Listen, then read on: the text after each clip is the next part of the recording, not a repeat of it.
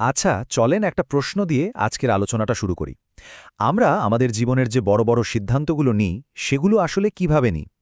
একটু যদি ভাবা যায়, তাহলে কিন্তু আমাদের আচরণের মধ্যে একটা অদ্ভুত ব্যাপার চোখে পড়বে। চলেন, আজ সেই ব্যাপারটা একটু খোলাসা করে দেখি। তো সবার আগে আমরা এমন একটা প্রশ্ন নিয়ে ভাবব যেটা আমাদের প্রতিদিনকার জীবনের একটা খুব সাধারণ কিন্তু বেশ গুরুত্বপূর্ণ একটা অসামঞ্জস্য আমাদের সামনে তুলে ধরবে। ধরেন কেউ একজন একটা নতুন মোবাইল ফোন কিনবে। কি করে সে সাধারণত?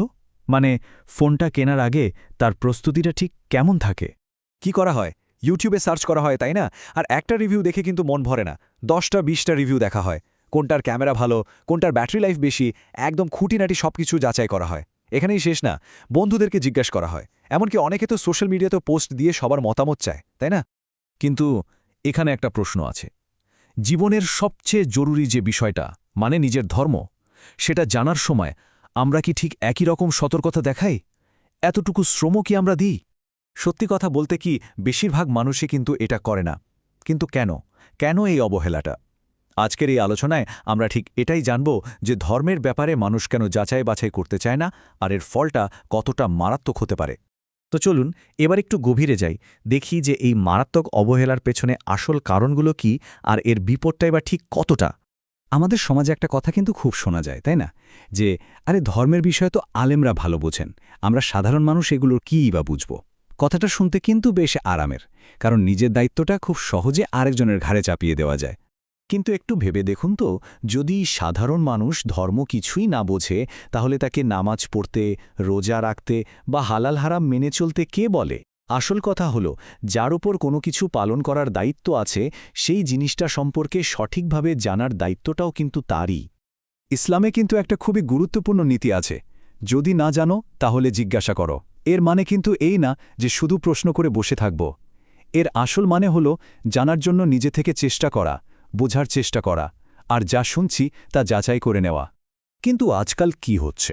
কেউ একজন কিছু একটা বললেই আমরা সাথে সাথেই সেটা বিশ্বাস করে নিচ্ছি। একটা ভিডিও দেখলাম আর ওটা সত্য মিথ্যা যাচাই না করেই শেয়ার করে দিচ্ছি। আর এটাই কিন্তু এখনকার সবচেয়ে বড় সমস্যাগুলোর একটা। আচ্ছা, এবার চলুন দেখি দুনিয়ার একটা ভুলের সাথে আর দিনের একটা ভুলের পরিণতির মধ্যে পার্থক্যটা আসলে কোথায়, আর কেনই বা এটা এত বেশি সিরিয়াস।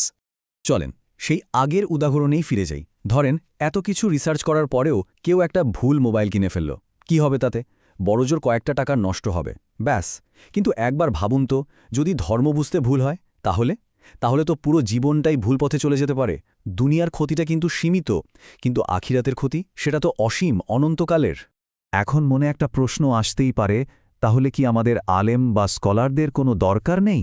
আমরা কি সবকিছুই নিজেরাই বুঝে ফেলব? না, অবশ্যই আলেমদের প্রয়োজন আছে। আলেমরা হলেন আমাদের গাইড, আমাদের পথ প্রদর্শক। তাদের গভীর জ্ঞান আছে। সমস্যাটা কিন্তু আলেমদের অনুসরণ করা নিয়ে নয়, সমস্যাটা হলো তাদেরকে অন্ধভাবে অনুসরণ করা। ইসলাম কিন্তু কখনোই অন্ধ অনুকরণ করতে শেখায় না। তাহলে উপায় কি? এই সমস্যার সমাধানটা কোথায়? ধর্ম সম্পর্কে জানার সঠিক আর ব্যালেন্সড রাস্তাটা কোনটা? চলেন সেটাই এবার খুঁজে বের করি। রাস্তাটা কিন্তু একদম সহজ আর পরিষ্কার।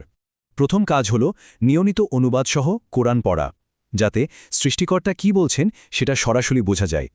2 নম্বর, সহি হাদিসগুলো জানার চেষ্টা করা। সহি মানে কি? মানে হলো যেটা একদম নির্ভরযোগ্য সোর্স থেকে প্রমাণিত। নবীর জীবন আর তার নির্দেশনাগুলো সঠিকভাবে জানা। 3 নম্বর, অবশ্যই নির্ভরযোগ্য আলেমদের কথা শুনতে হবে, তাদের জ্ঞান থেকে শিখতে হবে। আর 4 নম্বর, যেটা এই যুগের সবচেয়ে বেশি জরুরি, কোনো কিছু শেয়ার করার আগে প্লিজ সেটা সোর্সটা একবার যাচাই করে নিন। এবার নিজেদের একটা প্রশ্ন করার সময় এসেছে। একটু ভাবুন তো, আমরা এই দুনিয়ার কত ছোটখাটো অস্থায়ী জিনিসের পেছনে ঘণ্টার পর ঘণ্টা, দিনের পর দিন সময় খরচ করি। কিন্তু যে জীবনটা চিরস্থায়ী, অনন্তকালের, সেই আখিরাতের প্রস্তুতির জন্য আমাদের হাতে কি সত্যিই কোনো সময় নেই? আমরা কি আমাদের প্রায়োরিটিগুলো ঠিকভাবে সেট করতে পেরেছি? এই জীবন তো একদিন শেষ হবেই। সেদিন যখন প্রশ্ন করা হবে, তখন জবাবটা কি হবে?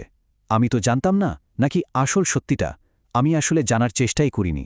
এই দুটোর মধ্যে কিন্তু আকাশ পাতাল তফাত। তাই আজকেই একটা সিদ্ধান্ত নিতে হবে। দিনের ব্যাপারে কোনো কিছু আর অন্ধভাবে মেনে নেওয়া নয়, বরং জানতে হবে, যাচাই করতে হবে এবং তারপর বুঝে আমল করতে হবে। কারণ এটা শুধু একটা আলোচনার টপিক না, এটা আমাদের সবার অনন্ত ভবিষ্যতের প্রশ্ন।